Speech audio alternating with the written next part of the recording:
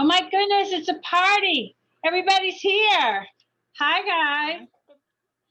So let's all take a deep breath. I think I'm talking to me mostly. I get so excited about this. It's so much easier when you're all at my house, and I can't wait for you all to come back. Oh, there's a good chance by the end of this series, I will know how to use Zoom really, really proficiently. So welcome everybody, and you all need, and if you don't have it, you need some blank paper to participate. So what I always recommend for everybody, if you don't have one now, maybe in the future, are these sketch pads that you can get cheap at Walmart or whatever. You don't need to go for the expensive ones. You don't need the black leather or any of that jazz, okay? But much more will come to you in your writing. It's much more creative to use the blank paper. And if you don't have this kind of a sketch pad, then give yourself some computer paper, and I'll wait for you, okay, while you go get yourself some paper, because you're going to need it. It's not going to work for you just to watch and not write. So welcome to anyone in the near future or the far distant future, whoever hears this. Welcome to Pajamas, Coffee, and Transition. All right, so deep breath. Let's bring ourselves into the space that we are right now. Let's just bring ourselves in collectively. Bring yourself into your own body. When I say take a deep breath, you don't have to do a big, huge gulp. Even if you, as a matter of fact, it's probably better if you just imagine yourself breathing through a straw and just taking the littlest bit in so that you can get grounded in your own body, in your own beingness, all right? Wherever your breath hesitates in your body on the way in, that can tell you where you're resisting. Just notice it. Don't judge it. Just notice it, all right? Breathing breath in is taking life in. Breathing breath out is just relaxing, letting yourself go. So, Therese, does this come right side up? Because when I see it, it's backwards. Can you see it right side up? Yeah, okay. All right. So what I want us to start with is just this one concept, all right? We identify ourselves with the circumstances of our lives. Whatever's going on in our life is how we identify ourselves. So I am a grandmother. I am a therapist. I am an author. Those are the circumstances that are going on in my life. I am a teacher. I am 75. I am married. What I want you to start with, I want you to quickly write make a list of all the ways if you say I am, what do you put beside that? How do you identify yourself just currently right now in this moment in time? How do you identify yourself? I am. And go ahead, fill out that list. Bring yourself right here into the workshop.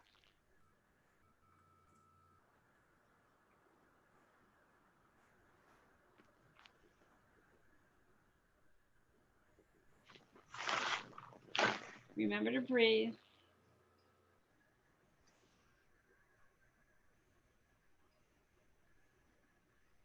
Do you have some music on, Teresa? I can't hear it here.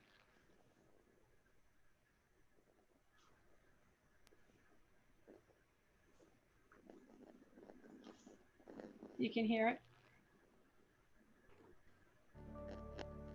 No, Bonnie says you can't hear any music.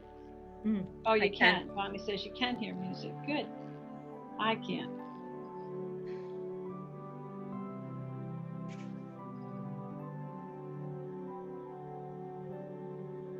I am. How do you identify yourself right now?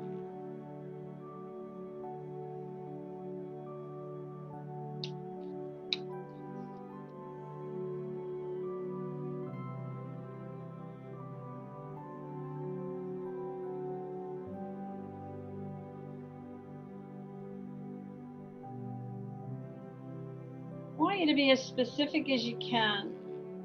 You know, I mean, it's great that you know you're a child of God or whatever, but I'd like you to get more earthly than that, okay? I am today in this moment in time.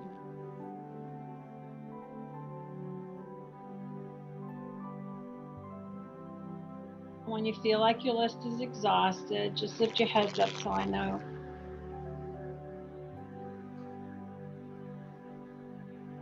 And you won't always get to finish these because I'm going to give you more to think about, and I'm going to keep you moving with your writing. Oh, I see Poppy just came in from South Africa. Welcome, Poppy. She has her hand up. Yeah.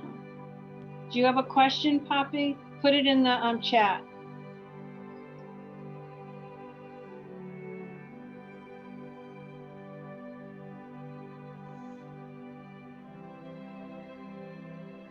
Rebecca says I'm echoing.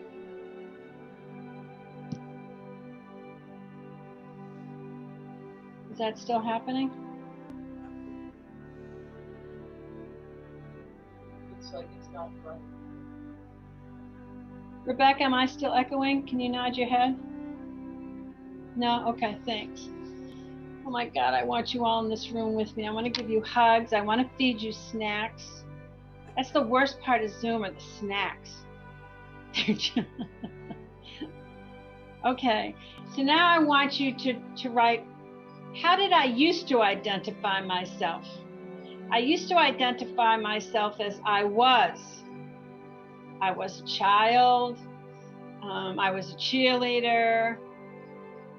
I was in a band. How did you used to identify yourself? I was.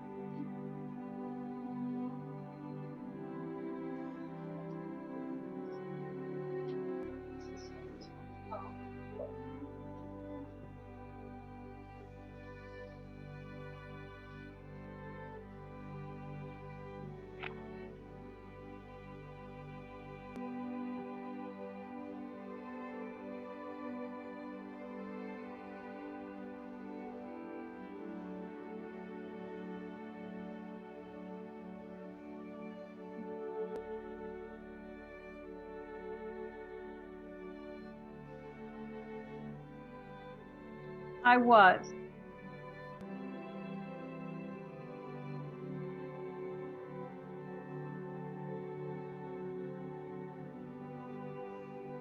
Let yourselves breathe.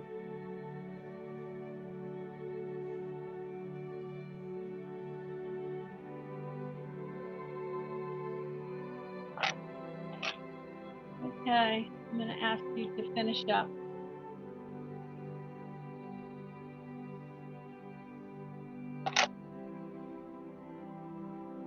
Just draw a line.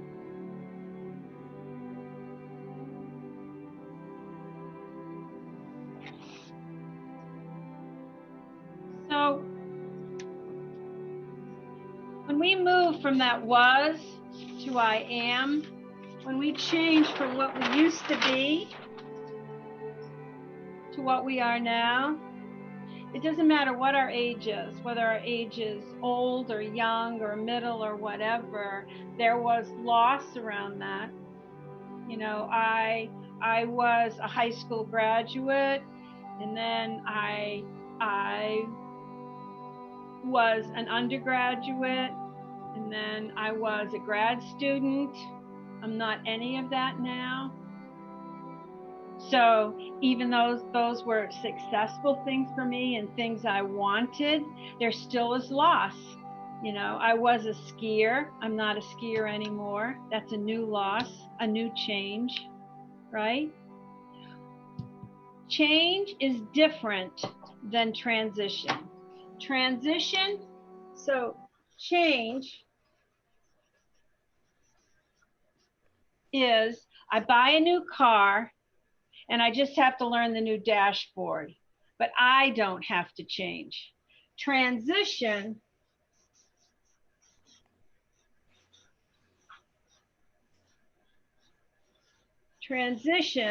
I have to change. We have to change. I was a young single mom. Now I'm a grandmother.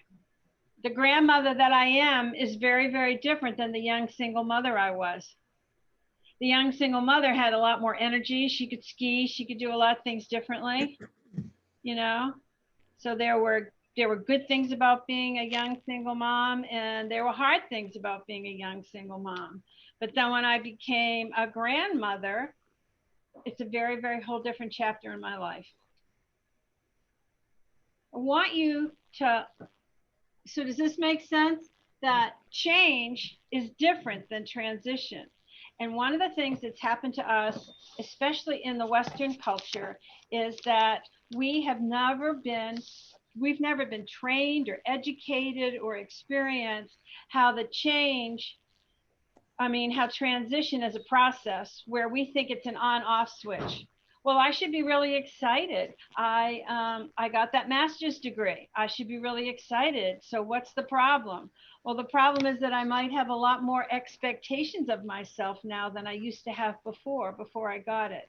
Or I might be disappointed because I can't get the jobs I thought I was going to get with the new degree. So then that becomes a feeling of a mistake. Does this make sense? Can you guys nod your heads if you get it? Okay. There's two ways that we can find, well, first of all, we're always in transition. Life is a transformative, transitional experience. We don't stay stagnant. We may fight to stay stagnant. We may fight not to change. Like I could be working on getting, 6 new facelifts, getting rid of this chin and everything because I don't want to look this way. I don't want to look this age. I want this gone because I identify myself as looking differently than I look right now. So that's that resistance. That's just an example of it, but we're all really into that. I was skiing until I almost broke my neck, and then I had to realize I can't do that anymore. I was losing my confidence. I got a lot weaker. So this is the year that I gave up skiing. And that was a really hard one for me to accept. I've been skiing for 50 years. I started with my kids and my granddaughter's still skiing. But something had to go. So I said no to skiing, but I probably said yes to being mobile this winter and not in a cast somewhere, right? So anyway, there are transitions that we get into in life where we feel we made the choice. Okay, I made the choice to go to grad school, or I made the choice to give up the skiing. I made the choice, right? And then there are transitions we have in life where we feel that the choice was taken away from us. Life gave us that. I no longer have parents. My mom and dad died. Okay, so life took them away from me. There was good parts about that because they were no longer suffering and they're at peace now. And there were bad parts about that because I really particularly miss my dad being around. So life took that away from me. I have to identify myself differently now. What I'd like you to write down on your paper is I'd like you to write down, what transitions do you think you're in right now? What's come to an end for you right now that you are surprised about, you didn't expect? Or you might be in an ending right now of things that you have chosen that you didn't, that you chose, like Jen, she moved to California and she took a new job there. So that's a big transition that she initiated. It's one she gave herself. Or somebody may have been forced to be retired, and that wasn't a choice they made for themselves, but that's a big transition that they're in. So think right now in your life, what transitions, what has come to an end for you? What transitions are you in right now? And know that it's a transition will always have an ending, a hallway, and a beginning. There will be a new beginning. An ending, a hallway, and a new beginning. So have you made your list of where you are right now? Divorced, retired, recently widowed or a widower, new job, new address, new relationship.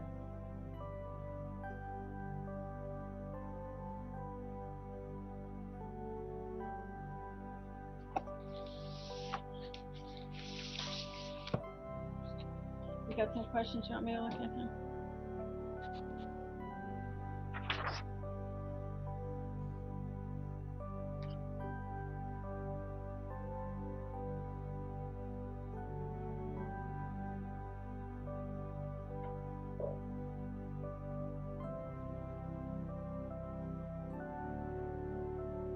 So what's going on for you that's different?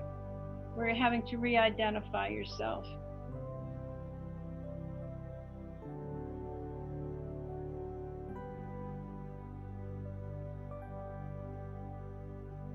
I know for Poppy, one of the things that's changing for her is she's moving to a brand new area, a new home for her, a new place for her kids to begin anew. You guys have all helped with your contributions for that to happen, but it's a huge change.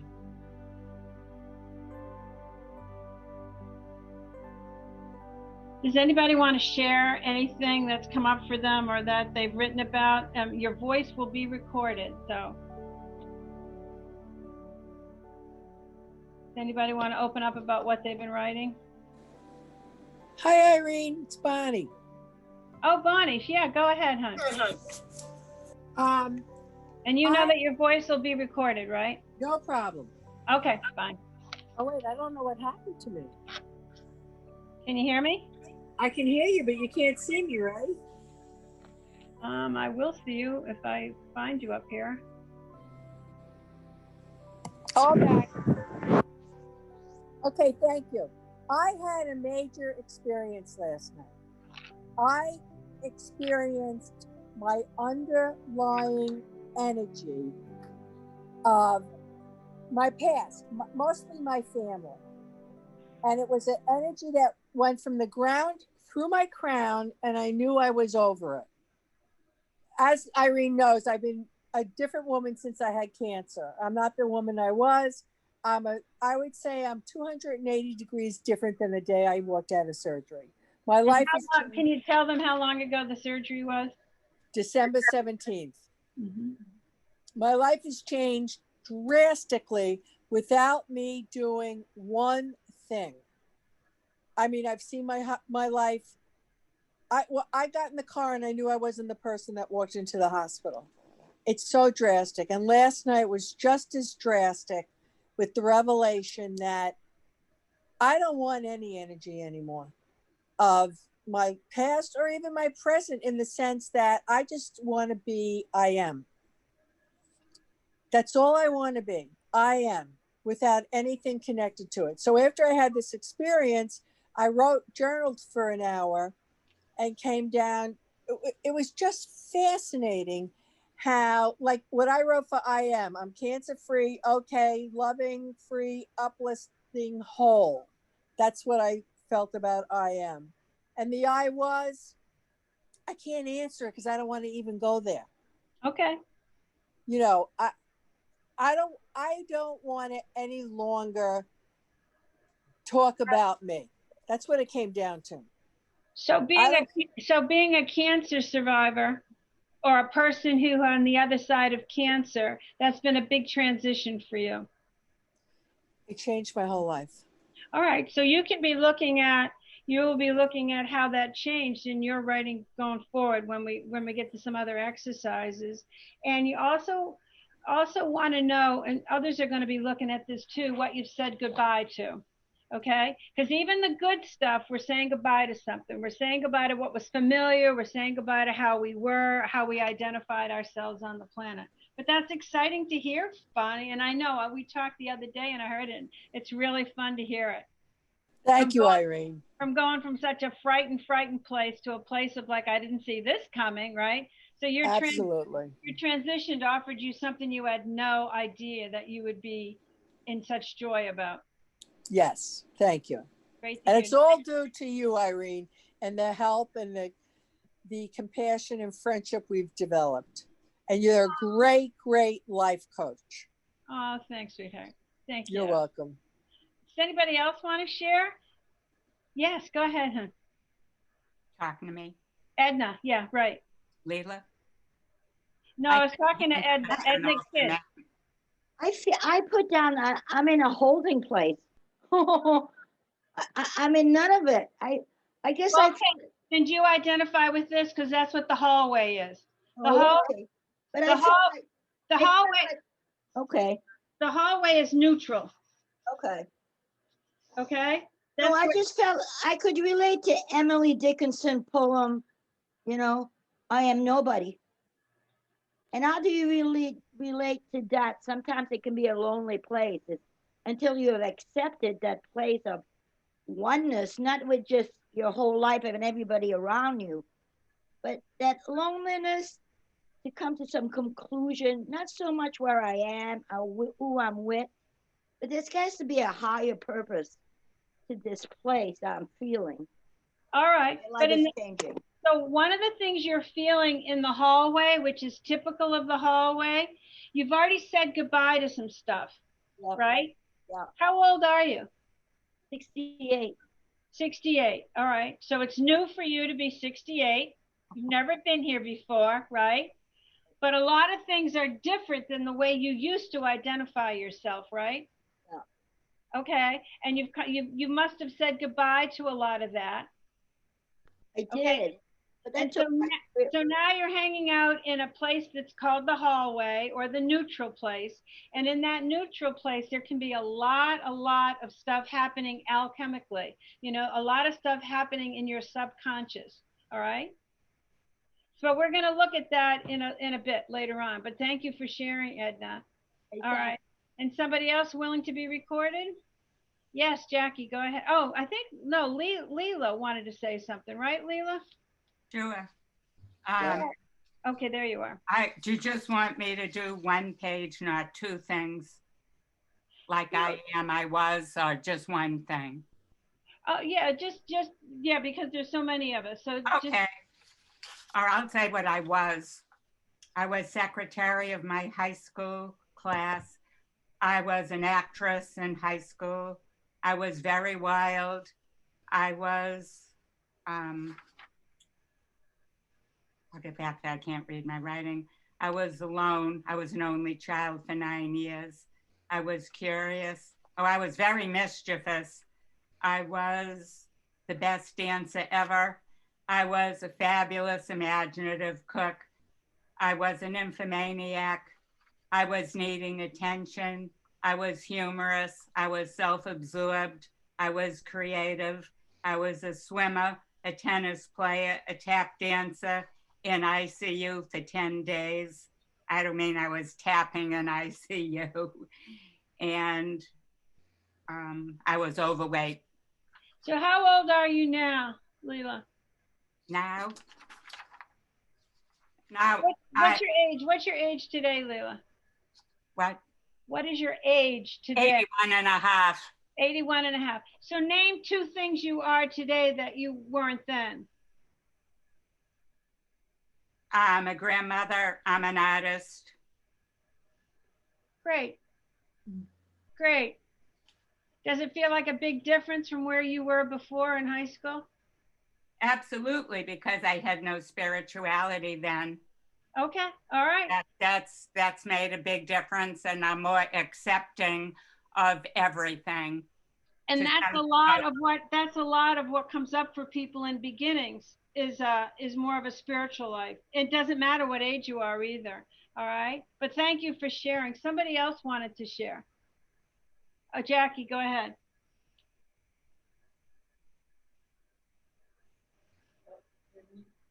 Jackie Trainer, are you on? You Sorry, need to I forgot to unmute. Sorry. That's okay. I'm transitioning into an older person. So how old are you now? I'll be 59 in May. All right. So what does it feel like? What's some of the now identity? I'm more tired. I have more aches and pains.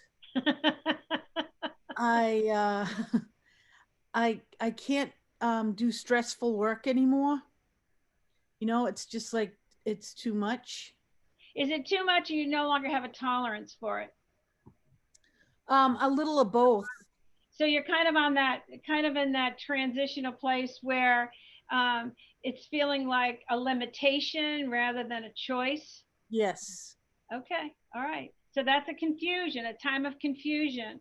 And that's a real predominant feeling in transition is we have to disengage from what was going on. And while we're trying to engage, which will be the beginning of something new, there's a time of confusion. Does that make sense? Yes. Okay. Somebody else want to share? Oh, Rebecca, you have a hand up? Yes, I do. Rebecca, do you see that Poppy's here from South Africa? She's Yeah, on. she's right beside me on my screen. She's right beside me. Oh, good. Oh, good. And she's got her hand up. Well, you know my story somewhat, and a couple people here do. But so you hit the nail on the head with this transition thing. I'm in the hallway of my transition. Mm-hmm.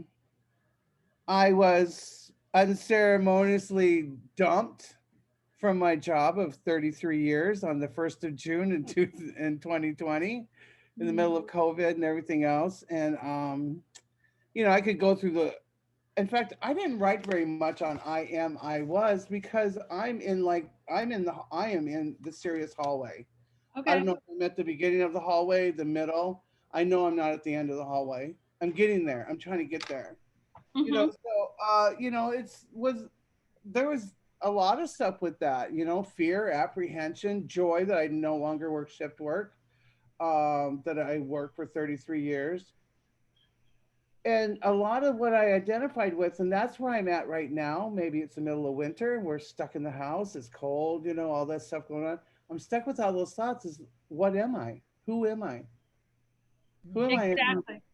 And the who I am, Yeah, who am I? Is more about an internal, right? Yeah. Oh yeah, definitely. How do I identify myself? And because I feel too like not even being in the physical presence of my grandchildren, I just had them on a FaceTime call. In fact, I had to hang up to get onto this with them. I was looking at rocks, and you know, I miss that. You know, she was excited about her rock. She's 7, and you know, so anyway, I just wanted to say that I'm just in flux. You know, Yep. I'm in this flux situation. In fact, I had put when you said, you want to know what I wrote when you said, I am, this is all I could think of, discombobulated in my life. And one of the largest feelings in transition is disorientation. A disorientation. Somebody's talking somewhere, I don't know. Yeah, somebody's got their speaker on. So disorientation is absolutely 100% appropriate for transition. All right. Yeah, because then I thought, well, I got to write something else. So I wrote, I am blank. And then I wrote, I am Rebecca. That's all I could. I couldn't think of nothing else. All right. Thank you, Rebecca. Poppy, would you like to speak? Can you put your speaker on, Poppy? Can you hear me, hon? All right, we'll come back. Sometimes Poppy is one of the women that I'm helping in South Africa. And I really wanted you guys to meet her, and she was excited to be on. Of course, for her, it's a 7-hour difference in time. She's ahead of us. Somebody else want to share? Yes. Who? Yeah. Who's got their hand up? Just put your mic on. Hi, Emily. Oh, hi, Emily. Hi. So I recently asked my husband for a divorce after 13 years of marriage and almost 18-year relationship. So what could possibly be changing in your world right now? Only a little, really. We have 2 young girls. We have a 4-year-old and an 11-year-old, and we told them last night. So now everyone, well, the immediate family is aware. And it's huge. I'm really, I'm hot and cold about it. I'm in and out. I'm relieved and devastated and confused and just trying to make sense of all of it. And I 100% have faith that it's going to be great in the end. It's just a matter of getting there. So I think I'm at the ending. Now, what you are, sweetheart, well, you've just walked into the ending. Yeah. Okay. Yeah. And I want to show you guys, this is emotionally how transition goes. It goes like this. Can you see that? So it's not, we want it to be a straight line because we're Americans. And in our culture, we've been taught that to be like machines. You change something, oh, you flip a switch and you go be something else, all right? And it doesn't work that way for human beings. So transition looks like this. So it's a forward movement, but it's not linear. It's not like I made a decision, we're going to get a divorce, we're done. Oh, we told the kids, now we're done, okay? The bottom line is we have to live with this new, and we have to create, not only live with, but we have to begin to create. What is it going to look like? You have no idea what it's going to look like to be a divorced woman, because you haven't been there before. You haven't done that before. You might have some ideas about it. And there's going to be some real ups and downs around it. There is whether the choice was yours or not yours. Okay. And I mean, this is what a healthy life looks like. But we, in this country, in our culture, we want everything to be flatline and check it off. We want everything to be like a big flipping to-do list rather than a process that we're living through. When we choose the transition and we have uncomfortable feelings about it, what happens is we begin to shame ourselves and say, oh, I made the wrong decision. But I know working with you, Em, that in your gut, and you looked at it for a very long time, your gut and your truth was telling you this was the right decision for you. Absolutely. And we all go, and when we do that, like I made that choice to go to grad school, okay? And in the middle of grad school, I just wanted to like blow my own brains out. It was like, what the hell am I doing? I'm spending all this money. I couldn't work any more hours in the day. I didn't know how I was going to get out of the debt I was getting us into, but my gut kept telling me this is the thing I was supposed to be doing. So we have a lot of that flux of like shame, guilt. You know, the kids are going to be unhappy some days. They're going to be happy other days. You have to keep hanging on to the big picture. You keep having to hang on to your gut around what the choice was that you made. If I can give you all anything from today, what I want to give you is permission to have a lot of feelings about what's going on with you in transition. All right. That I'm going to give you this example.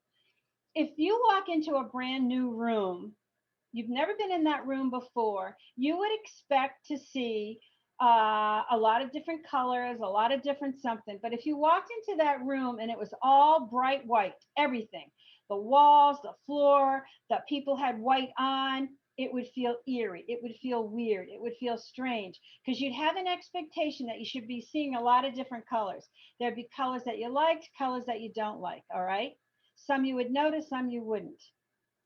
We've been taught that when we have an experience, we're only supposed to have one feeling to go with the experience.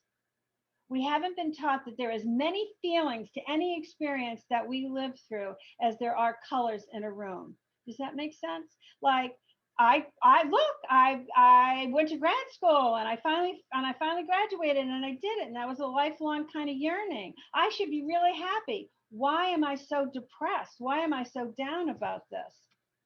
It felt anticlimactic. It felt like, oh my God, I got myself into so much debt. How am I going to work to pay this all back? Was it really worth it? You know, I could have done other kind of degrees or whatever. It's all worked out, but I see that in the rear view mirror. But in the middle of it, it was very hard to celebrate it. And it was also weird not to be a student anymore. I'd been a student for 4 years. You know, it was, Donna can relate to that, right? It's just like I had my whole life laid out for me. I was going to do this. I was doing this. I didn't have to think about what I was going to do. So you're totally at an ending as you step into the hallway, and I want you to give yourself so much permission to have 1 zillion feelings, because that's what's going to happen. That's what you're going to Thank have. you. And Thank you. the difference between what we need when we're in, oh, and you get that, and part of what you feel in the hallway is overwhelmed. Okay, we can feel guilty because we made the decision, or we can be angry because we didn't make the decision, and we can feel and we feel overwhelmed. And the overwhelm is we have to start bringing ourselves into some clarity. Clarity is how you clean up overwhelmed. Does this make sense? And in clarity, the way you get to clarity is you identify what's going on inside of you. Like Edna just said it. I'm in the hallway and I'm feeling I can't identify myself. I can't say who I am, but I'm being with it.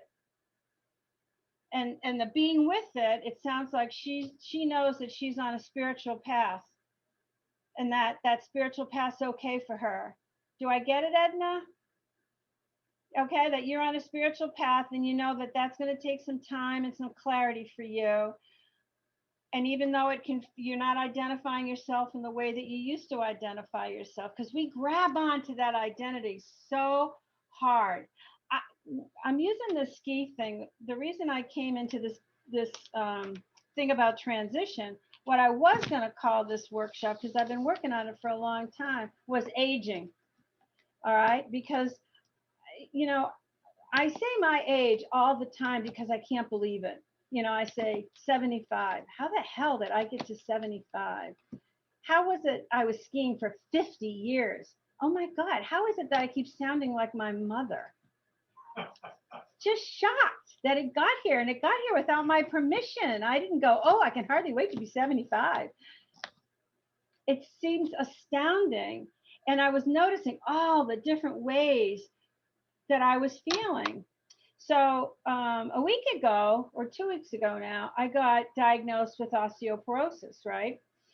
And I've been working with a physical therapist. I'm not going to die over osteoporosis, but I was telling her, well, can I still ski? And she said, well, do you do it very often? And I said, no, I only do it with my grandmother when she comes up for my granddaughter when she comes up from Texas. So it's only about 3 times a year. And she said, you probably are at high risk for a fracture, because my legs aren't strong enough for that.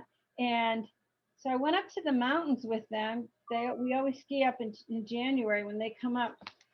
And I was heartbroken. I was crying in the parking lot with myself. I was walking around. I felt like a loser, like I had a lot of shame about it. Like, geez, if I had gone to the gym 85 more times in the past year, I'd probably be strong enough for it, If I had done this, if I had done that, there's a lot of guilt and shame that comes up around it. And in reading this transition material, I get it. I can't stop from being 75. That's the bargaining, That's right? the bargaining and the denial. Exactly. Exactly, Donna. And in the bargaining, it's like this guilt and shame, like I'm broken, because that's how we've been taught to transition in this culture. Fix it. Turn the switch. Fix it. Get a facelift. Take the vitamins. Get more education. Go do something to fix it because you're broken. If you're having uncomfortable feelings, you must be broken. And while I was up there and walking around, I was praying. They were skiing, and I was just hanging around the parking lot and stuff, and reading in my car and realizing, okay, I saved myself. I was self-loving enough that I'm not going to go up there and prove something. I'm self-loving enough that I'm not going to make that kind of a risk, And that doesn't make me a coward. It doesn't make me a wimp. It might make me reasonable. I could walk around the parking lot. I do have mobility. I have health that a lot of people my age don't have, or a lot of people younger than me don't have. So it's not like I was trying to sugarcoat the whole thing over. I was having lots and lots of feelings. And it was also cold as hell, and I wasn't cold. you know, because lots of times when you're skiing, you ask yourself, what the hell am I doing? It's so damn cold. Why am I doing this, right? Is this making any sense? Good. Thanks for nodding your head. Does anybody want to share anything? Yes, Anne. Hi. You hear me all right?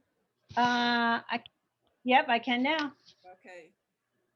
As you know, I lost my sister last September, and then my brother-in-law 6 weeks later. Oh. He died from a broken heart, as far as we're concerned. Oh, yeah. Yeah, but it was such a shock because it was a shock. No one knew she was ill. She didn't know she was ill. She's my older sister. She was my only, I mean, there's three of us and she was the oldest. So I never thought of her as the rock, the everything. And my mother passed away last year in 19. And that was more acceptable. I don't like the word, but she was 95. And, you know, that's a little more acceptable. My sister was 75. And just one day, I mean, someone called and said, your sister died. So, and what I've learned is, and I'm really in transition, is that I stop feeling because I'm so responsible that I had to jump in and start taking care of everything. And I'm just exhausted. I've been, you know, and they were in Colombia, you know that. Right. So now I'm dealing with country, international stuff. And it's like I don't want to do it. I don't want to care so much about anything. It's so hard. And I never realized that work or being busy is such a safety valve for me. And right now the transition is, it's just there. I don't know what else to say aside from now feeling old because she's gone and she was older. Yes. And not wanting, as you said, I'm always looking for how do I get to look younger, or feel, and I feel young. That's the biggest problem. You know, I'll go out and do anything I used to do, but that doesn't mean I can do it. Or I'll try to do it. So it's all wrapped up in this horrible situation, and the situation is called, it's called a perfect example of transition, life transition, because you went from being a younger sister to now, are you the oldest in the family? Yeah. How weird is that, right? You were never on the planet without her before. Nope. I've said that a few times. Yeah. Yep. It's a whole different way to identify yourself. And it's exhausting. It's exhausting to go through this kind of a change. Exhausting. So I want to talk a little bit about, thank you for sharing that, Ann. I didn't realize your brother-in-law died too. Talk to you guys a little bit about denial, because what we do when we see an ending, when we're in the experience of an ending, is we go into denial. All right, and we have, I teach denial, and like there's other ways to teach this, but this is the way I'm teaching it. We have simple denial, where we say it didn't happen. We have anger.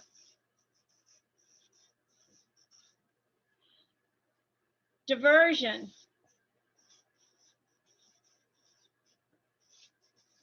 Minimize.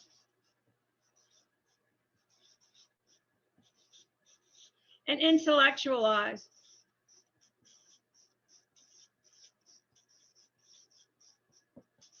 So the first, you know, somebody dies and we get the information that they've died. Everything in our body goes, no way, no way. Couldn't possibly, like we just can't take it in. The body gives us like this wall of like shock that says that couldn't possibly have happened. But we can do that with other things besides death. You know, like I can't possibly be as old as I am. That's just couldn't possibly be true. You know, my granddaughter can't be driving a car now. That can't, I mean, it's just, you have to keep reminding yourself, yeah, it's true. She's doing it right in front of you. Okay. The plant couldn't have closed down. It couldn't be possible. I think that's a big part of what's going on in the country right now is people can't believe that there really could be such a bad kind of epidemic and that we could really be in this situation. Couldn't possibly be happening. So a way out of it is we want to find somebody else to blame. We're angry about it. With the aging thing, getting angry at myself. I should have gone to the gym more. I should have eaten less. I should have had more vitamins. And then what? I wasn't going to turn 75. I mean, like, where the hell does that logic go, right? Diversion is work. I don't want to feel these feelings, so I'm going to work it. I'm going to shop it away. I'm going to drink it away. I'm going to eat it away. I'm going to mind everybody else's business it away, but I'm not going to look at it. Hallway, when we go in the hallway is when we start to feel what's really going on. That's when we're with it. We're embracing it. Minimize is I go around and say, it's not that bad. It couldn't possibly be that bad. Of course I can still ski. And then my gut says, no, you can't, fool. No, you cannot. Not in any kind of safety. But I don't want that. We bouncing back and forth. And intellectualize is we get into, like, so that's one of the things that I did around the aging process is I've been studying it. Let me read about it. Let me find out the ways in which, what are the categories? What's it supposed to look like? Let me make it be about you. Don't let me make it be about me. We teach what we need to learn. Does this make sense? So I want you to pick your favorites. I mean, we all do some of all of it. Just know that anger is always, always on top of fear or sadness and hurt. And we need to do both in order to finish it. But what's going on with the anger is anger gives us an illusion of some kind of power or control. Then she's asking, can you touch on the first two? The first two, is that what you're asking, Becky? Sure. So simple denial is when we say it's not really happening. So, confronted with, I've been in recovery for 37 years from alcoholism. So I haven't had a drink in 37 years. But when it was a big, huge transition. I identified myself as an alcohol drinker for a long, long time, you know, and I didn't know how you did parties or any of that stuff without it. But when I was being confronted by alcohol and the way I was behaving under the influence, I just kept saying it's not that bad, which would be minimizing.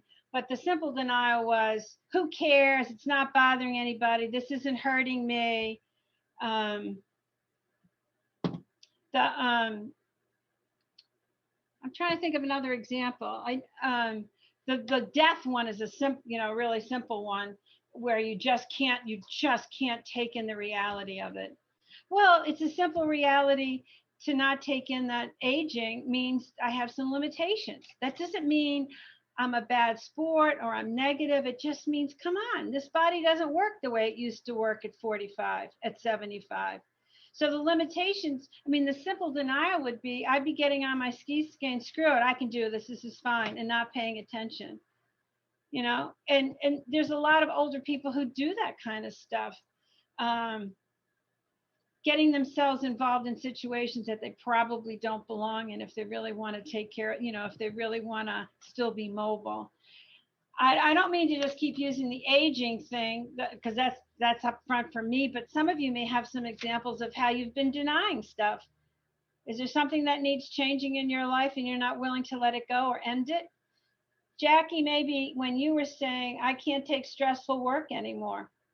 However you were working before that was so stressful, it's probably hard for you to say, I really can't do that anymore.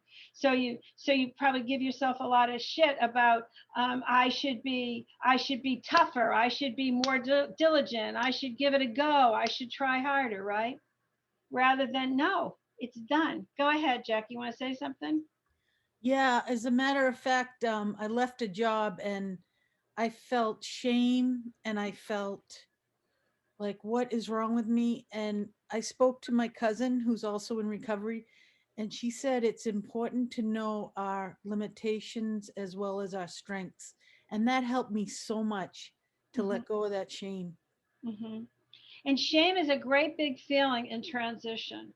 Whether the transition happened because you chose it or life brought it to you, you know, somebody dies, we blame ourselves. I should have talked to them sooner. I should have done something for them. I should have been more effective. I should have spoke to the doctors. I should have done something differently. All right. The same thing about, like, I should be able to do that job. So one of the toxic words that we use in transition is the word should. Should is toxic. Should is something from outside of you. Should says it's not all right for you to be tired. It's not all right for you to be overwhelmed. It's not all right for you to be sad. It's not all right for you to be to feel regret. Those are just your feelings. And like I said about the room, when you go into a room full of colors, you don't say, well, it shouldn't be blue or it shouldn't have brown. I mean, maybe you don't like those colors, but you know that they're there, and it's like, all right, I wouldn't have picked that color, but there it is. Like, it shouldn't exist. It shouldn't be like that. It's the same thing with feelings. Whatever feelings are coming up are just giving us information about how we're having an experience.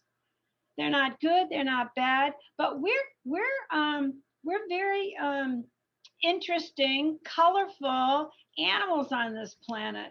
We have a lot of different feelings because we're complicated.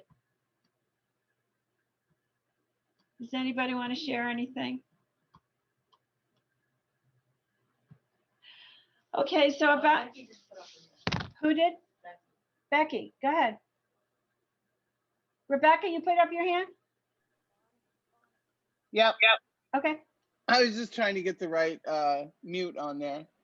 I was just kind of going along with Jackie when she was talking about, looking for a job. This is so funny because this stuff has been kind of coming up the last couple of weeks, because there was a lot with going on with, with being laid off and shutting down the plant. But I was literally thinking, I got myself in, because it was kind of a specialized sort of job. I mean, if you need someone to run a big old power plant, make electricity, I can do that, but I don't know if I could do anything else.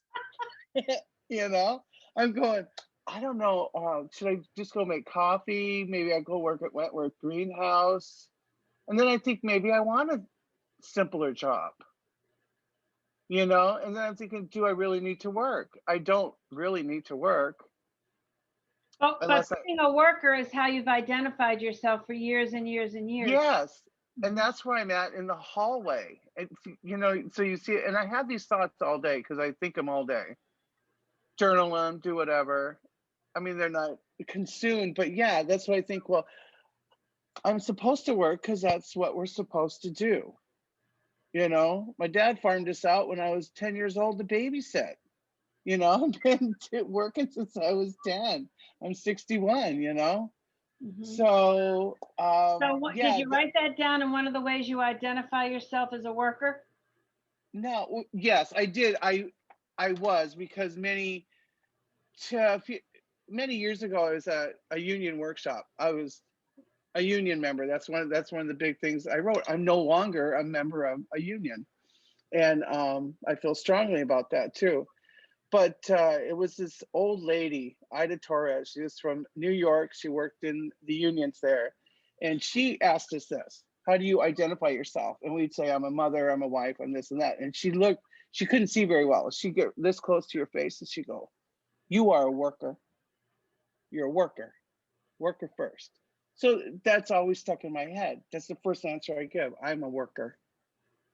But it doesn't always mean you have to work outside the house. So I want you to, and a worker means I have to make a paycheck. Right. And that's why I just came up with that right now. How you like that? So I want to share something. I think my husband will give me permission to do this, or he'll yell at me later. But I'll so come. being retired for David, no longer having a practice, okay? He's constantly feeling like, well, I'm not bringing money in. I'm not bringing money in. I'm not bringing money in. Therefore, I'm lesser. I'm lesser. I'm lesser. All right.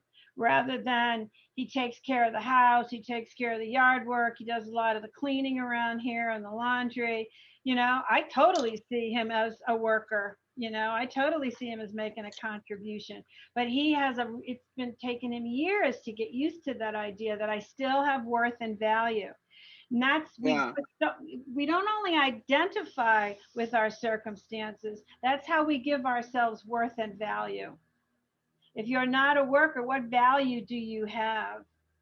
And you know, my dad gave me a lot of modeling for how positive aging works, in the sense that he would take on jobs that didn't make anywhere near the money he was making before, but he liked making a contribution. He didn't have a lot of pride about that. It wasn't like, well, he wasn't a greeter at Walmart, but he could have just as easily been a greeter at Walmart, you know, just because he likes people. He would remember what he liked to do. It wasn't like status or how that looks to other people. I, on the other hand, if people assume that I don't work anymore, I get kind of like, you know, my dander up, like, no, I still work full time. Like I still have worth and value. You know, I just notice when somebody says, oh, are you retired? No, you know, like I have to bark it right back at them. Like, and you want to see my resume? It's like, geez, Irene, you are really a horse's ass. You know, I mean, I can feel that, like, I don't like not being identified with what I do for a living. Yeah, that makes so much sense, because we do society has taught us since we were born to put the worth and value on that. What are you if you don't work? You know, I was on the cusp of women were in the workforce. You know, I graduated in 1977, the year they finally gave permission for girls could play sports in school and be sanctioned. And anyway, so I was like on the cusp of being on my own, you know, the Gloria Steinems of the world and all that, or still I need to be a wife and a mother and stay at home and take care of kids. And I didn't want that. I didn't know what to do.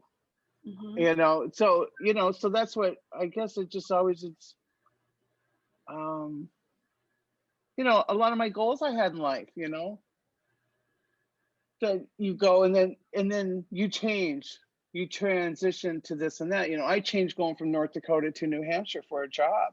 I mean, I moved 2,000 miles away from my family, but after you live out here for 33 years, 34 years, this is my home. Mm-hmm. Even though New Englanders will never accept me as being from New England, this is my home. I live in New Hampshire. Right. Anyway, I talked enough, but. Thank you. Thank you. Emily, put your mic on. Hi. Hi. How do you imagine it's going to feel to be out in the world and be called single again? Have you identified yourself as a spouse for a long time? So it's funny, I was actually having this conversation with a girlfriend the other day, and, you know, everyone's 2020 was so awful, blah, blah, blah. And I said, you know, 2021, turning 40 and getting divorced, turning into a single mom. I have mixed feelings about it. It's like I said before, it's devastating. It's this huge change, but also it's something that I have been wanting to do for such a long time that I have a sense of pride. Yes, I'm going to be a single mom. I'm going to raise these girls, or we will still, I cannot say anything bad about my current husband's fathering abilities. So we're going to split 50-50, but I'm still going to be raising these girls on my own. And there's a sense of pride that I have about that. And of course, I also realize that I'm being entirely naive because I haven't done it yet, but I know it's going to be challenging, but I don't know. I'm in that, you know, that lateral spiral of life where I have these moments where I am looking forward to doing that, and then I also find myself at the bottom of the shower in a fetal position crying. So, so Right. It's yeah. exactly the stepping from the ending into the hallway. So what Yeah. I'd like you all to do right now is pick up your pens. Where's Brad? Haven't heard from Brad. Hey, Brad. Pick up your pens, all right? And Teresa will give you a little bit more music. And I want you to find 5 times in your life where you have transitioned. When I did this, I started way back, like in elementary school, moving, we moved from Maryland to Seekonk, Massachusetts. That was a big move. We a lot of things changed in our world because of that, graduating from high school and going to college a little bit, then quitting and getting married to my first husband, choosing to get divorced. Look at your life and just see the places in which you ended something, whether you ended it by choice or you ended it because life threw it at you. All right? I want you to make that list right now. Take a deep breath. Whatever comes up is exactly what you're supposed to be writing.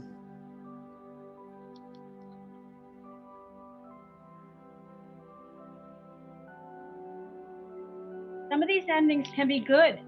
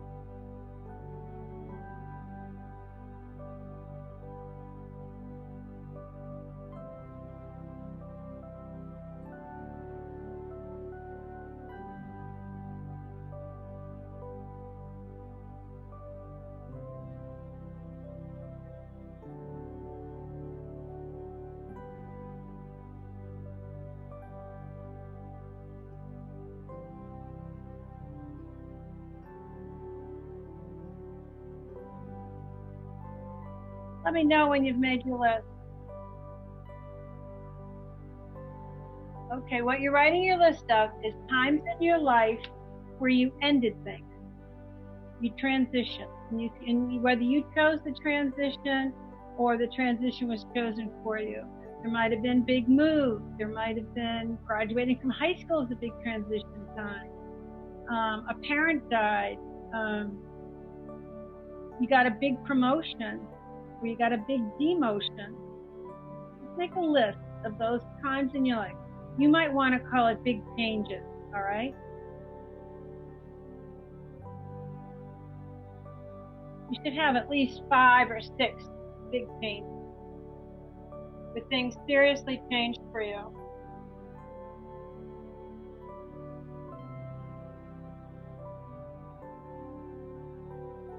Had a child, or a child moved out. Bought a business, lost a business.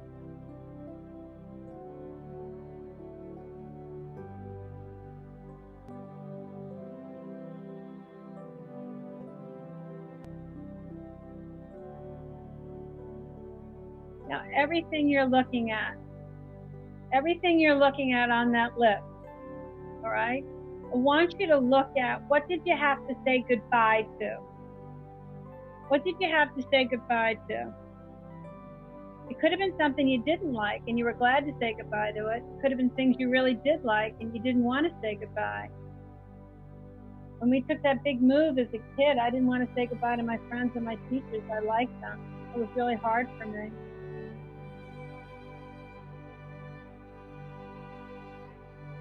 When I married my first husband, I said goodbye to a single life.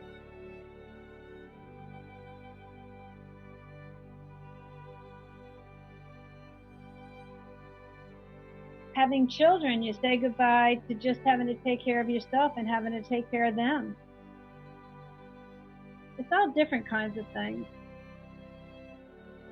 What did you say goodbye to?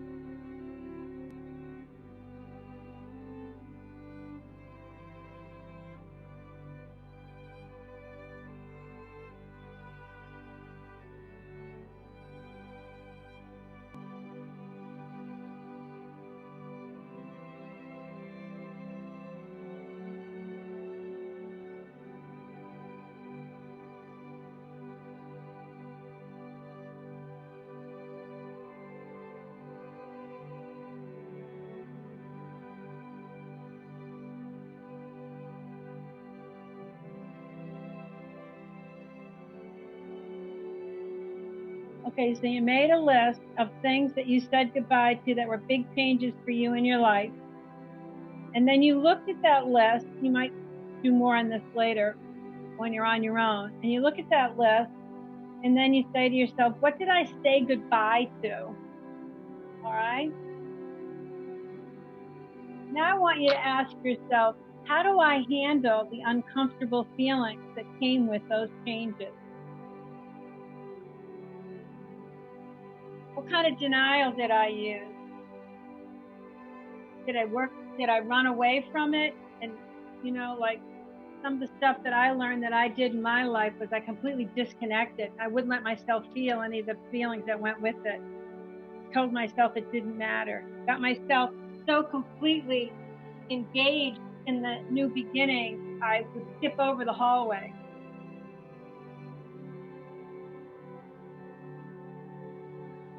Work like a crazy person, because that would be the drug of choice, to get even as a young kid. That's what I did. Got busy. Irene, could you say that question again? I'm sorry, I was writing. So what I'm saying is, so you looked at big changes in your life. Then you look at what were you saying goodbye to? Even if it was good stuff you were saying goodbye to, what were you saying goodbye to? Now you look at, what did I do with the uncomfortable feelings about those changes? Like maybe you got a degree or you got a promotion and you were in a job that you felt was way over your head. What did you do with those feelings? Did you act cocky? Did you, work 6 times harder than anybody else, try to prove yourself? Young people during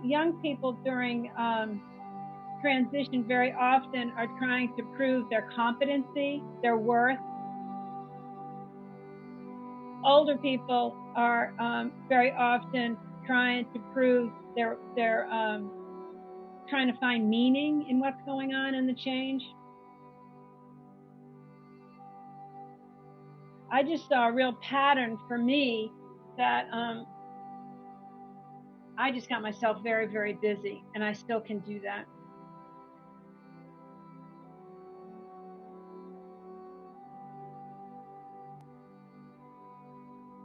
So I know you can't finish all this writing in the little bit of time I give you, but what I want for you is just to understand what a process is, that it's not a checklist, and nobody's done anything wrong. If you have a whole lot of feelings about what's going on, it's more effective if we allow ourselves to feel the feelings and kind of find some clarity. The clarity doesn't mean we know what the path is. The clarity can be that we know what's going on with us. We allow ourselves to inventory ourselves and be with ourselves. That's the purpose of the hallway. Anybody want to share something? I just saw a hand. Oh, Kat? Yeah. So coincidence? The week after my husband and I go to divorce court and settle on the terms, and I realize I'm not getting anything, I adopt 5 dogs.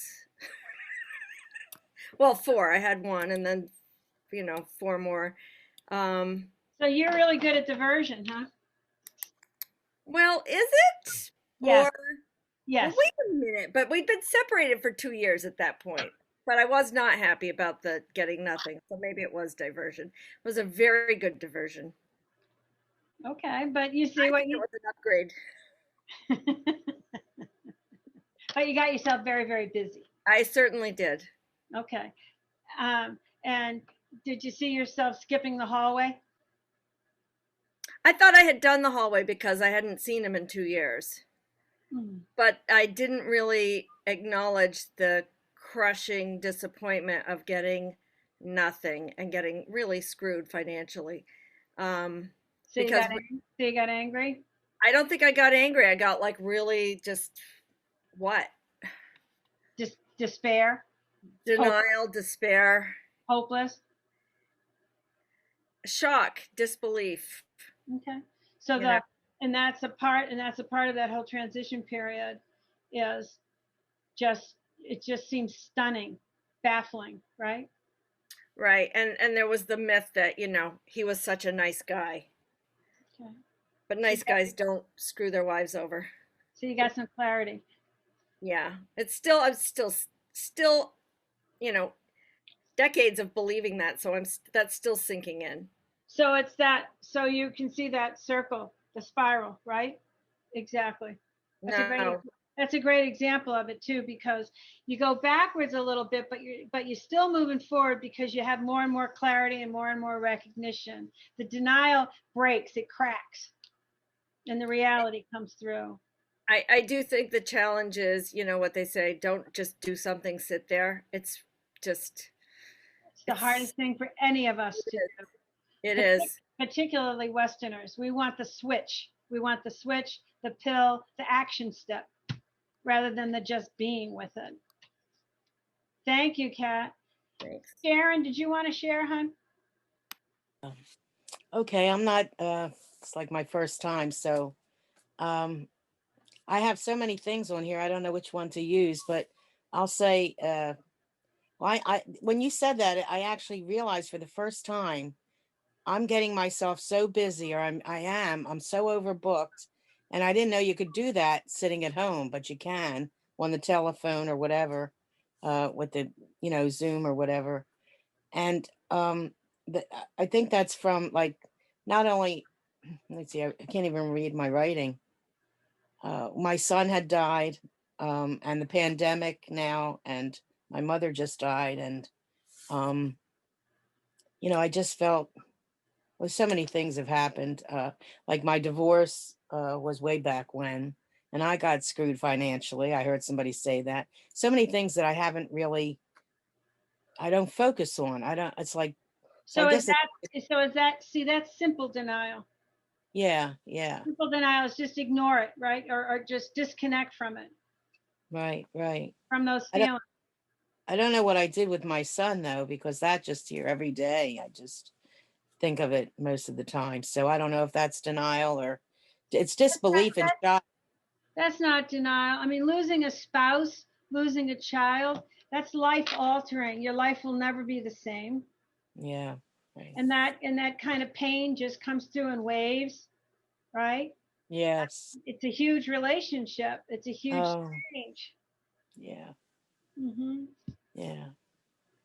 And what tells you about how, we've worked together, so I know you a bit, Sharon, but that also tells you how important the relationship was to you, is you got pretty good over your lifetime of disconnecting and numbing out and not feeling, but you can't numb this one out. This one's too big, right? Right. So it's shocking. It's shocking that your old stuff doesn't work. Yeah. I don't know what to do with it. Well, you're doing a lot with it, you know, you're feeling a lot of it. You're coming more alive. And there are benefits to you in other ways too that we've shared. Yeah. Thank you for sharing that, honey. Thank you. Jen, you wanted to say something, hon? I was just going to share that minimizing is my absolute favorite. That's your favorite flavor? My favorite flavor. I like that one too. And we all use combinations, guys. You don't have to just use one or the other, you know. Yeah, I mean, definitely I can see all of them. And so I've got 2 divorces in there, you know, I've got moving to California and you know, diversion with alcohol and drugs and everything else was my first choice. And now that that's not a choice for me, minimizing is a really good one. And then the intellectualize, I could really I could really relate to your aging, and I'm going to learn all about this. So moving to California, I'm going to learn all about California and experience like everything California. I'm going to check them off my list, all the places to go. And but with the minimizing, like I get in this feedback loop of the more I minimize and it's no big deal, the more people say, oh, you're so strong, you know, and then that makes me feel, you know, like, oh yeah, I'm fantastic. This is great. And I get in this really weird loop with that. Sorry, that's my dog with the squeaky toy. And then I just wanted to say about that, like what I find now that I don't do my diversion, and when I start to do these, I recognize what they are. And so it just shortens the amount of time that I'm kind of in there. And I'm starting to recognize if I just say, oh, hey, anger, I see that you're here. Come on in for a little, tell me what you want to tell me. But the other example is after being in California for 2 years, I finally decided to actually get my California driver's license.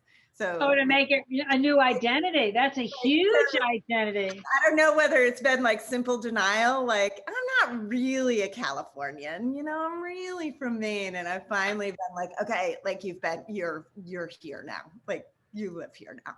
So that's a totally stepping into the new beginning. Yeah. So maybe I've been in the hallway for 2 years and I'm finally like, okay, I'm here. How did that feel? How did that feel to get your California license?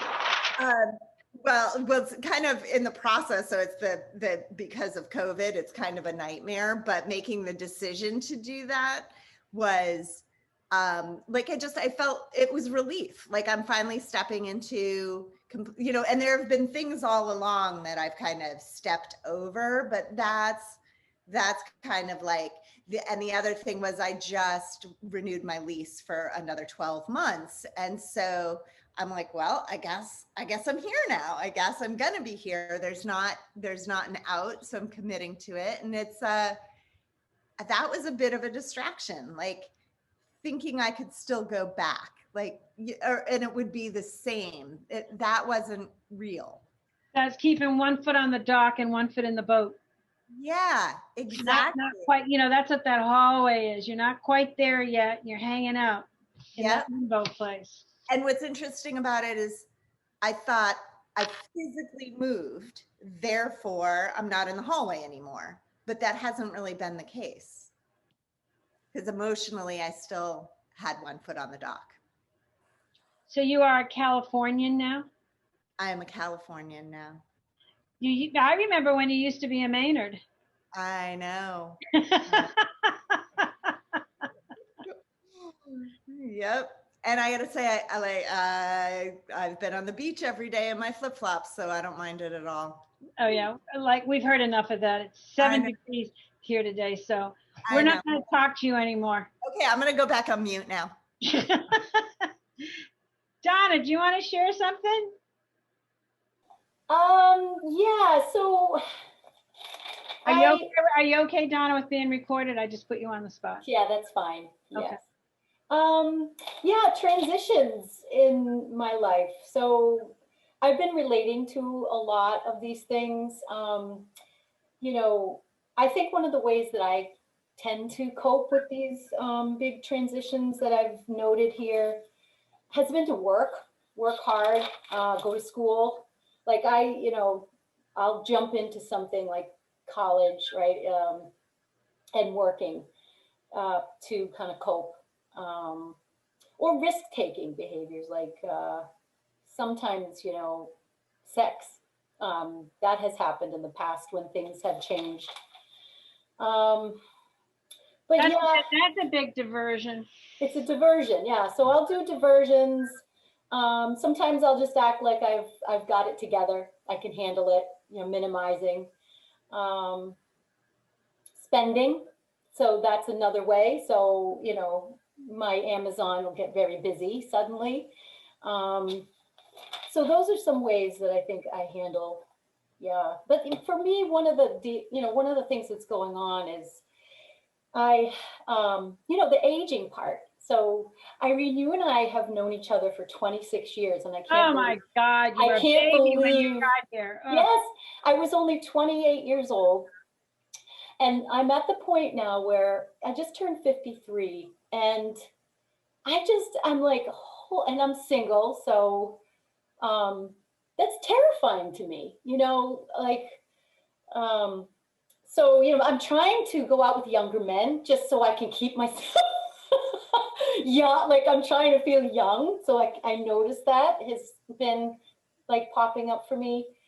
But it's at that point where I'm trying to accept that I am getting older.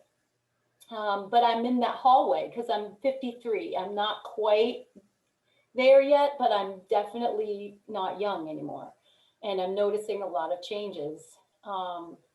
And also my son will be going off to college in 2 years. So I'm already preparing for that big change, like for my life. So I'm getting really, really like more focused on my work and seeing tons of clients. So it's good to notice how this goes, and we'll see what happens after he leaves. But and he's 16 next month. He's already in that process of pulling away.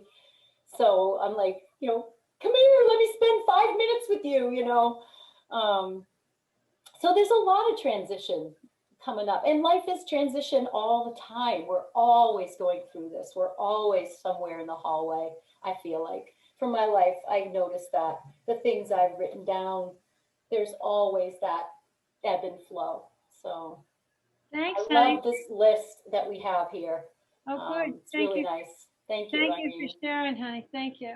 Irene, can I would love for you to talk about the squares moved, the woman who moved to California, Jennifer, said something about, people say, oh, you're so strong, you're so brave. I get that a lot. And what I found is like, how do you be with it and not, like, I found that people were very uncomfortable around me when I wasn't so strong and so brave.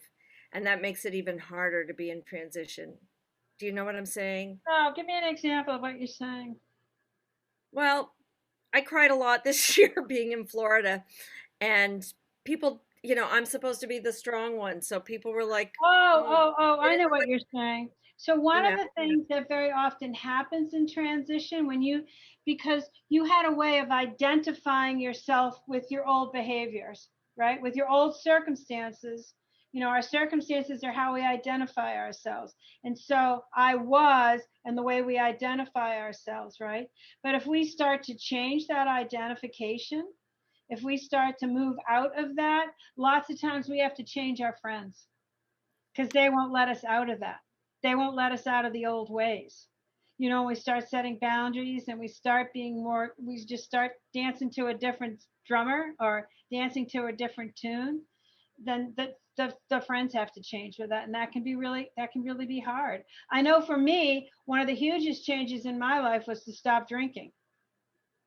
And people fell away from Dave and I when we got into recovery because we weren't the party people we used to be. And that was really, really painful for me because I wasn't asking them to stop.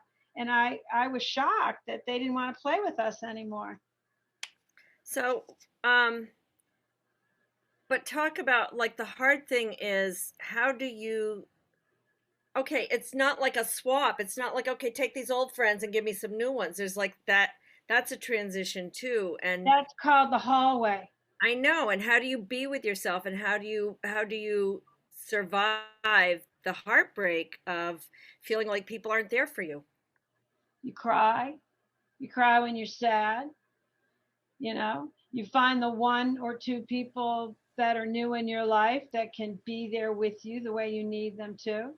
You find out how to be alone. You definitely begin, I think, for a lot of us, to find a spiritual path out of that. You know, I mean, there's a lot that happened. The hallways are like the winter where the peach tree, no longer has blossoms, but a lot's happening with the roots underneath the ground. The hallways are a time of gestation. And running doesn't when we're all going to have some kind of denial going on. There's just so long we can hang out with the pain, but we eventually get back to the pain. The Buddhists say, well, pain is a part of the life process on planet Earth, but suffering, that's what we can, when we learn to let go of what's not working, then we can start stepping into the stuff that does work. Does anybody else want to share how they deal in the hallway? Edna, do you want to share how you deal in the hallway? Did you put your hand up, Edna? Yeah, no, I was just saying, like, when I was putting those down, a lot of my transition, the major one was probably at 14, and it was a huge abandonment. So as I look back, not all of it happened to me. Some I guess I choose, but there were still forms of abandonment. And my go-to was eating. I just use food. So, then as life brings those situations over again and you have nothing to hide from, you really have to look at it. And like I said, I've been looking about how do you be alone without being lonely, and what is this loneliness where we all feel. Because I just got up this morning and I cried over loneliness for half an hour and then it went away. But I was saying, why do we have such strong feelings sometimes? You know what I mean? Why do we have to feel so much until it goes away? But for me, in this Well, the only way, Edna, that we get through any of that is through it, not around it. Denial, it gives us some breaks. All right. But denial was always meant by Mother Nature to be temporary. But when we hang in it, we just make things fester and fester. And we don't get to the beginnings. The beginnings, the new beginnings, is where the healing is. It's where we meet what our soul is longing for. Did you want me to give you a magic answer, Kat? Was that like too not magic?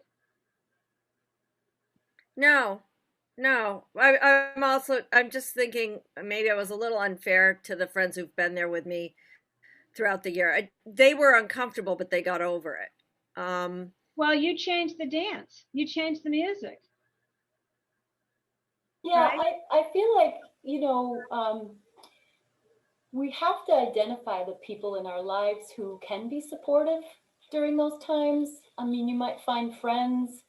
For instance, my sister is somebody I can keep in my life for just real surface socialization type of thing. But if I want to talk about something, I'm upset, I want to cry, I need support, she's not the person to call, because that's only going to reinforce some kind of negative feeling in myself. So doing things like this, right? Finding your people, finding your support, reaching out in your community, looking for help. Let me say something to that, Donna. That's a good example. There was a point in your life, I'm going to guess, where you had to let go of the expectations around your sister that she could be who you wanted her to be. And you had to mourn that, and you had to let it go, right? And stop banging your head against the wall that she's going to be who you want her to be. That's a transition. That's letting go of a lot of us in our relationships have to let go of the idea, like, I have a really, really close relationship with my sister because that's what I want. And it's not. and it's not working for you, so you have to let it go. And that's hard. That was a transition that you probably chose yourself, right? At some point after banging your head against the wall. And, you know, Kat, my guess is that some of those people that have disappointed you are people that you really, really wanted them to be different than they were. Well, yeah, and you know that somebody was my like deep soul talking friend and has totally surprised me in the last couple of months. And so ixnay, that's gone. There's grief. Do have a prayer that I say, which is, God, you know I need some good women friends, so please send some new ones and help me to see who they are. Help me to see who they are, because sometimes I want them to look like something and they're not. And then you're using the word should. I can guarantee you they should be this, they should be that. This is what I'm expecting. That's all outward stuff. Because what takes you to the new beginnings with the new relationships, with the new whatevers, is your truth. It's your truth, your inner truth. And that's what we're going to look at next, okay? All right. Am I missing somebody who wants to share? Just help me. Holler at me. Leah, go ahead. Leela, I mean. I had one very, very big denial thing within the last few years that I've gotten so much out of it as far as understanding myself. I was dating someone, and one day, he says, I love you and I'm committed to you. And the next day he walks out.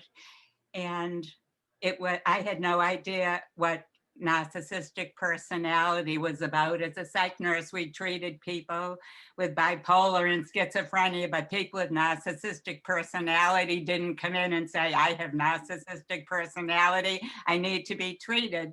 So there was so much toxic bonding that I really couldn't believe that he had left. And a year later, I called him and we'd get together and he'd come over and spend a few days, but it was on a friendship level. But the double messages and everything, I realized that was abusive, which I didn't know. And I finally got rid of it and stopped him as a friend on Facebook. And I've gotten rid of all of that toxic bonding. So what did it cost you? What did it cost you emotionally? What did you have? Awful. Absolutely awful. I was in so much pain. I couldn't believe because you didn't want that truth that you were seeing, that it wasn't good for you. I couldn't even see that. I couldn't see it. But the night he left, I drank a lot and I went to AA the next morning, and I stayed in AA then for 2.5 years. I had so much support, but I found out I'm not alcoholic, even though I've had lots of 12-step programs. Have a glass of wine every day. I could care less for more. It's my one little glass of wine. Okay, so in that pain, you found a new beginning. Yes. And now I'm probably the oldest one here. So the good things that I really want to talk about is such a change, because I always said I'm never going to be 80, never. And when I was going through so much until the day I turned 80, and then I said, oh, it's not so bad. I'll just be a mentor. And now that I'm 81, I say, oh, I'm so happy. These are the best years of my life. Men are still interested in me. If I want to have fillers, I have a girlfriend that does it for real cheap. When the COVID is over, I'll have her stick fillers in my face. I'm very energetic. I'm still working. My house, I'm saving more money than I ever did in my life. I am happy. I've been through 10 surgeries for arthritis. If I didn't have hip replacements, I wouldn't be walking, but I would be taking tap dancing. I can swim. I can power walk in my basement. I can do yoga. I think about what I can do, not what I can't do. And I say, you're going to be 90 years old in 8.5 years. Are you going to be miserable today? I ask everything to help me, my guides, God energy, universal energy, everything to help me. I try to find ways. Thank you. I see my therapist. I talk to her every 3 weeks for 7 years. And I really feel so centered and so aware. And don't be afraid of getting older. Just embrace every moment, and COVID has taught us that we only have today. Thank you. Thank you. Who, Joanne has a question. Joanne. It's in your text. Yeah, I see it. Joanne, where are you? You want to talk about the hallways, Joanne? So I was just wondering, like when I was doing this, and one of the commonalities that came up in all of my transitions, well, not in all of them, but that was common in a few of them, was that it was more about self-judgment. Like, you know, I was embarrassed or ashamed that because I had told myself that I should have done better on something. In every one of them, like his, it was, you know, my own high expectations. And so it felt like a failure when these transitions had happened. You feel comfortable using one of those transitions as an example so we can hear the specific? Don't do it if you don't feel comfortable.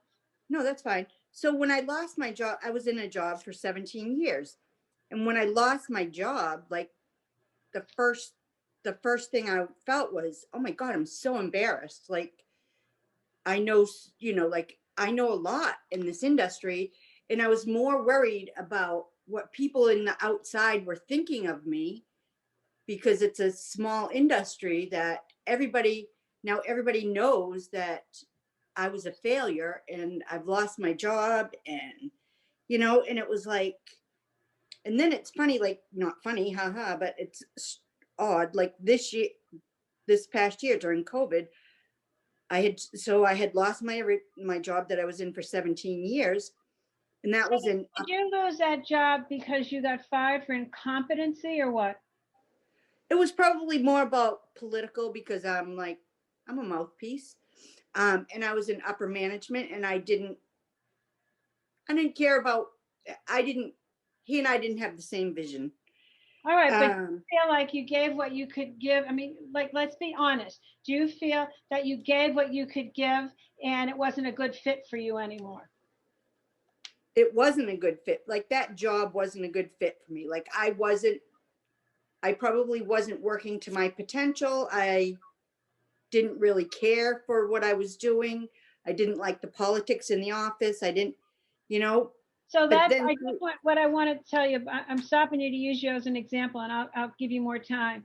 So that's one of the things that begins to happen when a new beginning is trying to bloom within you, is we'll start getting feelings of, this isn't working for me. I really don't want to be here. You know, we get that discontent kind of feeling internally, and that's giving us information. I bet Emily had a lot of that in her marriage, or, you know, like, it's like you start realizing, I need to do something that I'm afraid of doing.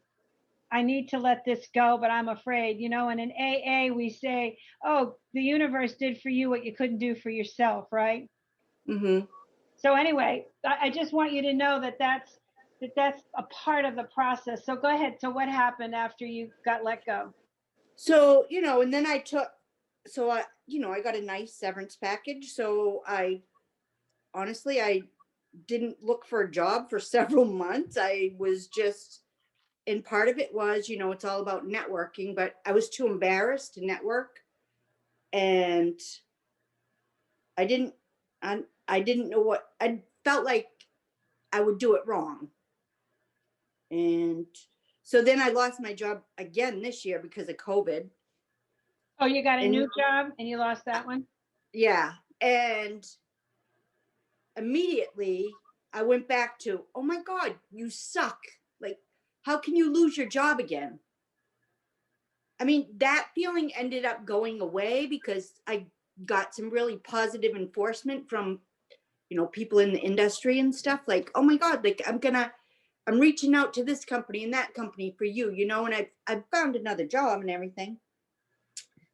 But I find it difficult that I always go to the feeling about, I'm ashamed, I'm embarrassed about what others are going to think, instead of, you know, looking at, okay, this is what you accomplished, this is what you did, move forward, you know.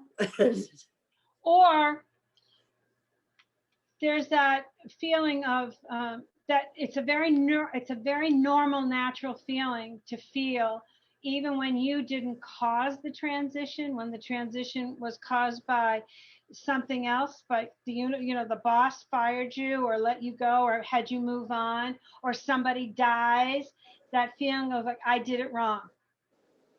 Because we're so ingrained in this culture that if we're having uncomfortable feelings, if something difficult has happened, we should have fixed it. We should have done something about it. There was something we treat ourselves like we're flipping cars, like we're machines. And your job didn't work because your carburetor was down. Why didn't you replace the carburetor in you? Rather than, this wasn't a fit for you anymore. It was time for you to move on. Only the universe was doing for you what you couldn't do for yourself. Just take a deep breath. So, but we don't allow ourselves just to be with that. So the shame didn't say I did something wrong. The shame says I am something wrong. Mm-hmm. So a way that you were identifying with yourself before is, if I do well at my job and they like me and they give me good raises and promotions, then I must have worth and value. But if they're not telling me I'm okay on paper, then I have no worth and value. Is that kind of it? Yeah, exactly. Take a deep breath. And it was my identity that I'd worked really hard to get, to move up in the ranks and everything, and to get others' approval. Right. So take a deep breath. So if you could imagine for you a new beginning, what might there be? I'm not talking about what you would do, but maybe how would you feel in that new beginning? Well, I think I eventually got there, in that I was thankful, like it was the best thing that happened to me, that I left there, because it wasn't a good fit anymore, that it was toxic for me, not necessarily toxic for everybody there, but it was toxic for me because our values didn't match, like on how we wanted to treat people or what, and it was a good old boys network type thing, and I didn't agree with that. And so I knew it, in the end, I knew it was like the best thing that could happen to me when I lost my job of 17 years. Where do you feel that in your body? That knowing it was the best thing that could have happened? Right here in my heart, that I know it was the best thing that could have happened, that I could, like. So you're much more aligned with your values right now. Right. Good job. Good Thanks. job, you. Good. Holly, you want to say something? Getting short time. Yeah, I can really relate to what Joanne just had to share. Mine's in a different way, and that is feeling like a failure as a parent, as a mom. I've got 5 kids. The youngest is 36, and I've just, recently in the past few months, needed to disconnect and limit my communication, particularly with my youngest daughter. We used to speak daily on the phone. I was finding that the relationship was becoming so toxic, and I was feeling so bad about myself in these conversations with her. And it's been so difficult. And a lot of those same feelings that Joanne was expressing about work, it's the self-flagellation. I didn't get sober fast enough. Well, shit, it's been 30 years, but if only, I hadn't been divorced. If only I hadn't been an alcoholic. If only, I had a decent parent, and had decent parenting skills. If only, because my kids love nothing better than to beat the crap out of me with what their childhood was like.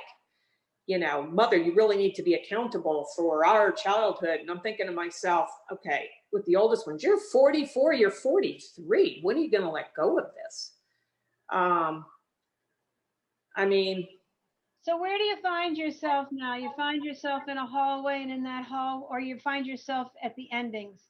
It sounds like you're at the endings. You haven't gotten into the hallway yet. Well, I don't know. That's a good question. It feels like the hallway. It's really hard to not reach out. But my So kids know. you're practicing some different behavior. Yeah, they know where I am. You know, I don't need to always be the one calling and reaching out and I'm so sorry and how can I make it better and bad mom, bad mom. It's like, you know what? I'm over it. It's like, yeah, okay, it sucked for you, sucked for me when I was a kid. Let's move on. You know, what is it like now? Let's look at the relationship now, not what it was when you were 8 years old. Before you look at the I'm looking at the clock. Before you look at the relationship now, and I was going to have you all do this right now. I want you to get your pens up. I'm going to give you like 2 minutes to write on this. And don't forget that this is stuff you can go back to and look at after we hang up and this is for you to do the exploration with yourself. Holly, you're a great example. What are you saying goodbye to right now with this one specific example of transition? You're saying goodbye to how you wanted the relationship to look. You're saying goodbye to a picture of how you wanted it to be, right? Yes. So make a list of the specifics, as detailed as you can. And all of you, look at your list somewhere. It's something that you can feel you're letting go of right now, whether it's by your choice or not by your choice. What are you saying goodbye to? What are you having to let go of that you don't want to let go of? This isn't the way you wanted it. Like Sharon doesn't want her son to be gone.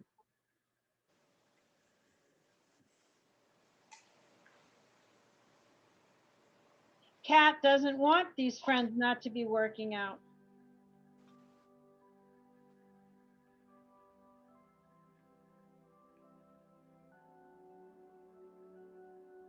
What are you saying goodbye to right now that you don't want to say goodbye to, that you need to let go of?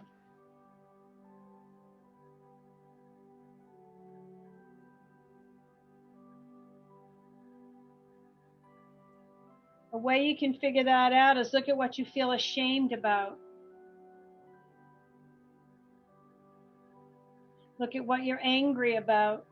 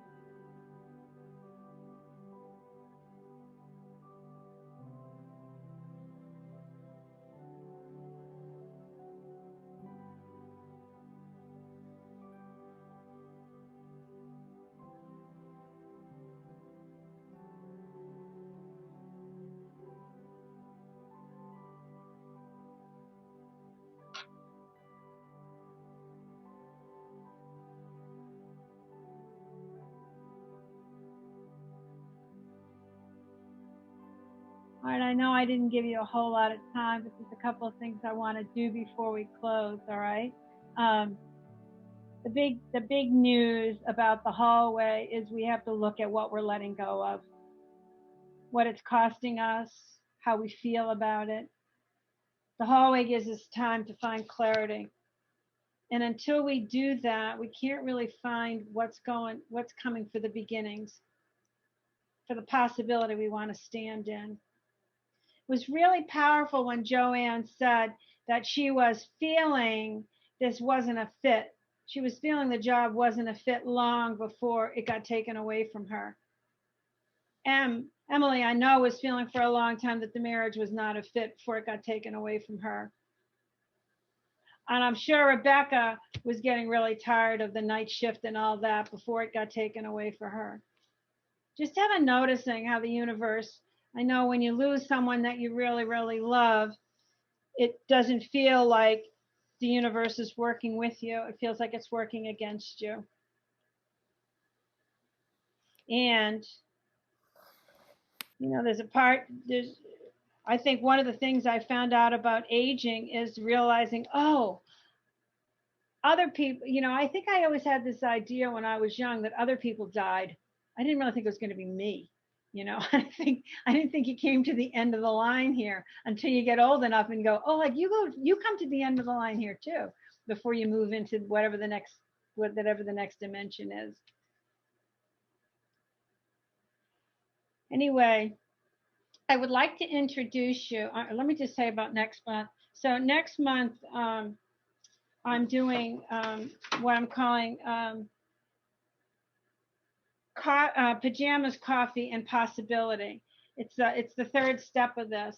And it can be all by itself. If you invite somebody to come, they'll be fine with just doing, each one of these can stand on themselves, each one of these workshops. But it's going to be on the possibility, so we can really go into looking at those beginnings and what we want to do out there and what blocks us from it. So that's just a plug for February the 28th. Also, Therese wants me to tell you that, you tell them what you want me to tell them, Therese. Go ahead. Hold on. Could you turn on your speaker? Yep, I can. While we're finishing up. Can you all hear her? Okay. I wanted to drop a link to the feedback form in the chat.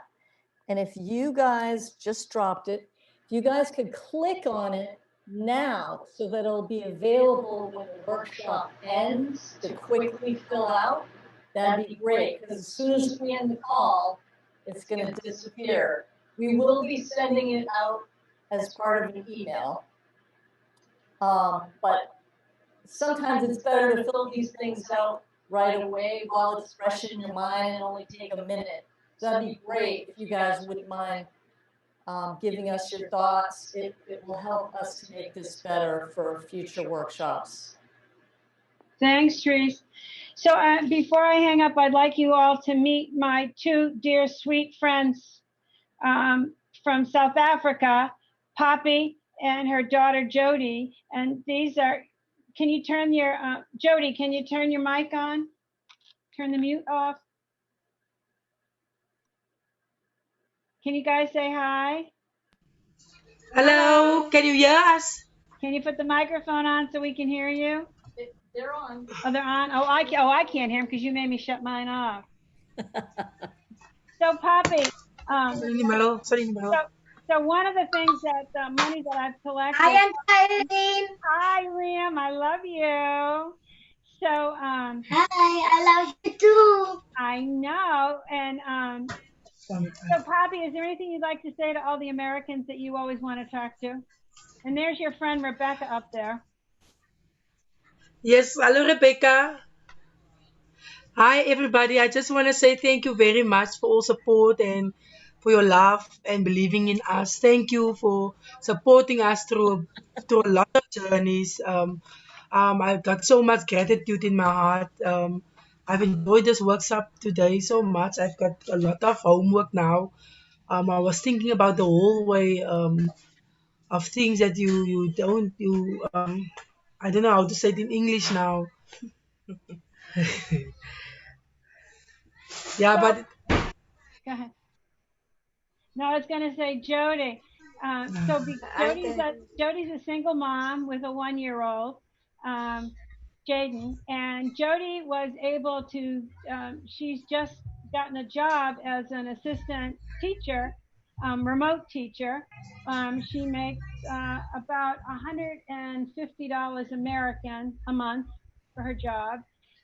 But what she will gain from that is an opportunity to be paid to go to teachers college. So she's really, really excited about that. And she'll make a living for her family. And because of you guys and because of some of my relatives, we were able to give her a laptop computer so she can make that happen. She's been taking her courses on a phone, you know, And Thank you. just Thank you so really, much, really everyone. grateful to you all. I love these women. I got to be with them for a month in 2016. And they're going to be going, I'm going to start crying. They're going to be moving into what Poppy calls a proper house with a proper bathroom and water and toilet. And we're just really, really excited. And as soon as this damn COVID gets finished, they've been locked down, and you can't even believe how bad it is in South Africa right now. But we know that the angels are protecting them, and all is going to work out for the best. Love you guys. I'm glad you got Love you, Irene. Thank you glad you very got much. to meet everybody. So I want to thank you all for your participation and your patience with as we train me to be an online educator.